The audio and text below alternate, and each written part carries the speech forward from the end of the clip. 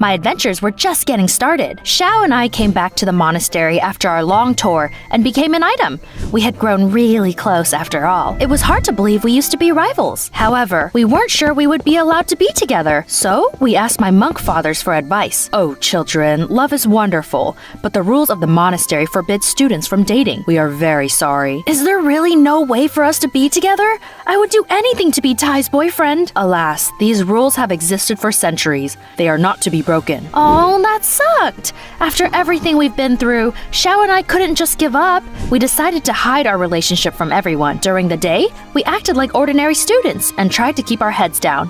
We only went on dates under the cover of night. A couple of years went by. We turned 18. It was time for something in our lives to change. The moon is beautiful today, isn't it? Hey, Tai, are you okay? It's just that lately, you seem like you had a lot on your mind. Yeah, I'm all right. It's just, Xiao, I want us to be a real family. What about you? I'm sorry I didn't tell you earlier, but I'm going to become a monk mentor, so I won't be able to marry. Oh, that was quite a shock. Xiao wanted to spend the rest of his life in the monastery. He even started to prepare for the monk trials. Abbot Wei Ming was going to appoint the worthiest student the new mentor. Don't you want to see what else life has to offer? Before Xiao could say anything, we heard footsteps and ran to our rooms to hide. The monastery was visited by thousands of tourists from all over the world every year. The next morning, one of them came up to me after practice. He wanted to know how a girl ended up living in a monastery for boys. Well, it's a long story. Oh, that's exactly what I'm looking for. I am a travel blogger with millions of subscribers. They'd love to hear your story. I agreed to give him an interview, so he turned on his camera and I told him about being left by the monastery gates as a baby and everything that happened after that. To be honest, I didn't believe that anyone would be interested in my story. I couldn't have been more wrong. The tourist wasn't lying. He was a really popular blogger, and a lot of people watched the video as soon as it was posted.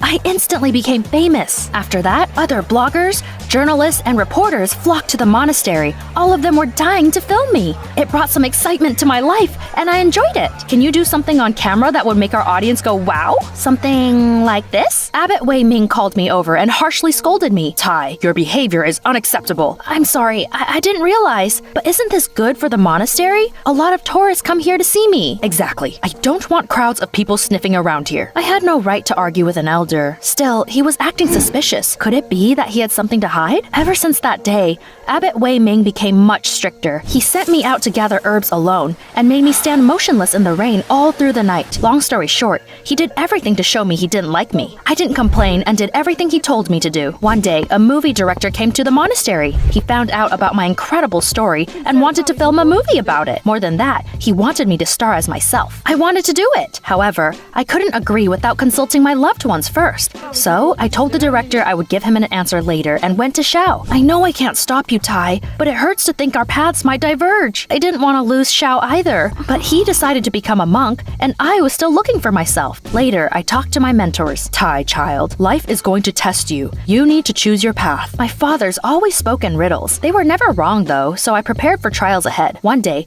I was on duty at the monastery gates when I heard a baby crying outside. What? Could we have visitors so late? I carefully looked outside and saw a basket with a baby in it. It was a girl. I couldn't believe it.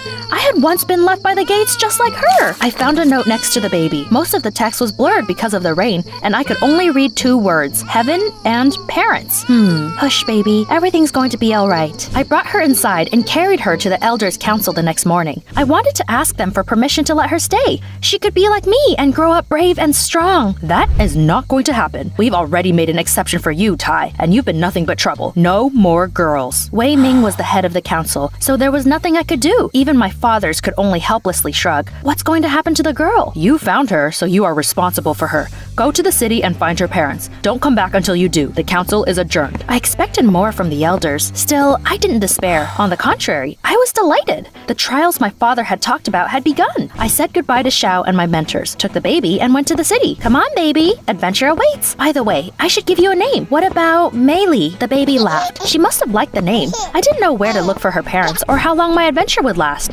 That's why, as soon as I arrived in the city, I found the director and told him I would star in his movie. After all, I needed money to take care of the child. I knew you would make the right choice. We signed a contract, and I checked into a hotel with a great view of the metropolis. I read the script and took care of Meili at the same time. The baby was always there for me. I even brought her to the set and played with her between takes. The break is over. It's time to film the scene with the sharks. By the way, there's a mistake in the script.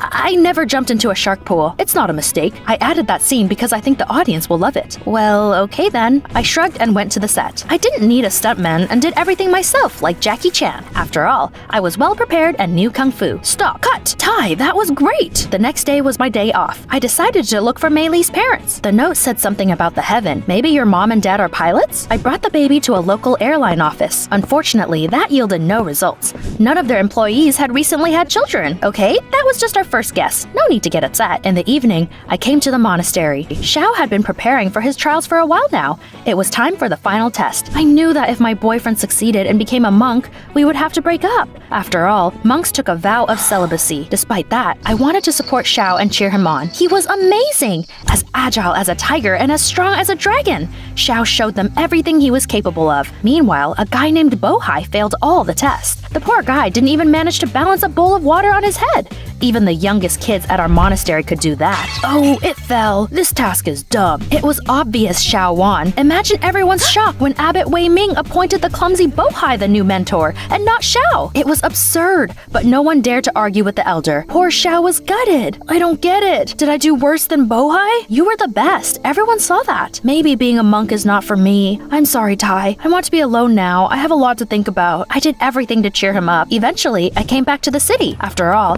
I couldn't stay in the monastery until I completed my own mission. Time went by. I kept acting and looking for Mei Li's parents. To my surprise, I grew fond of the baby. Some people even mistook me for her mom. Tai, you're amazing. Raising a daughter and building a career at the same time must be tough. Oh no, I'm just her babysitter. I love this baby with all my heart though. One day, the director asked me to take part in a press conference to promote the movie. There were a lot of reporters there. I realized that was my chance and told Mei Li's story to the whole country. I hoped it would help me find her parents. My plan worked. The very next day, the baby became a sensation. Mei Li's pictures were everywhere. The little girl became famous, even though she didn't know how to talk yet. Several days later, a woman knocked on my door. You found my girl. Oh, I'm so glad. I want to take her home. Are you Mei Li's mom? Yes, the mother of this sweet girl. Give her to me. Something about her seemed suspicious to me. I asked her what was written in the note I'd found in the basket with the baby.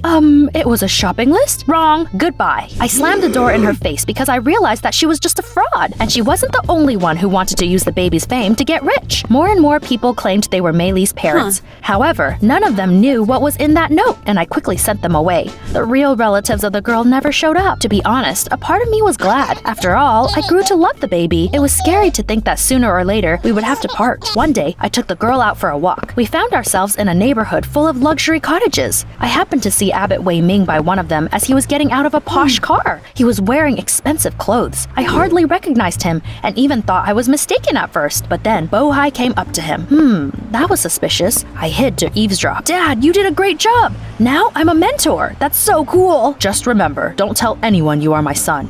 It was nuts. So that's why Bohai won the competition.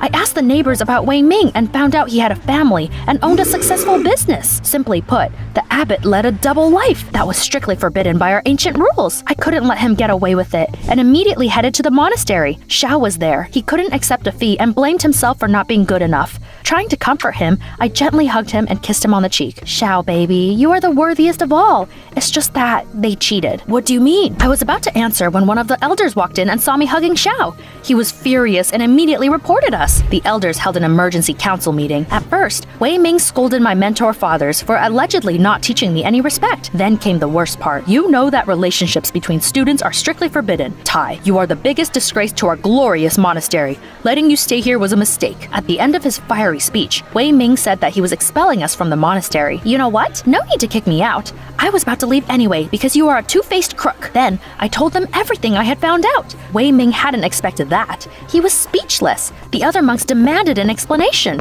You should have seen them. Meanwhile, I took Xiao's hand and quietly left. They should deal with the corruption themselves. I brought Xiao to the hotel where I was staying. Xiao was shocked since everything he believed in turned out to be a lie. But after a few days, he calmed down. Tai, I've been thinking a lot about your words. it and realize you were right. I want to see what else life has to offer. I was glad we wouldn't have to break up and introduced Xiao to the director. He agreed to give my boyfriend a role in the movie. Time went by. We worked on the set and took care of Mei Li together. And one evening, a poorly dressed woman knocked on my door. She said she could shed some light on the baby's origins. This is my neighbor's kid. They were quite poor, but were over the moon when their daughter was born. Unfortunately, they died a few weeks ago. The baby had no one. I couldn't adopt her, so I brought her to you. I thought she was yet another fraud, but then she said what was written in the note. Her parents are in heaven now. Please take care of her. I had no more doubts after that. Everything finally made sense. I said goodbye to the woman and told Xiao everything. Now we know how Mei Li ended up at the monastery.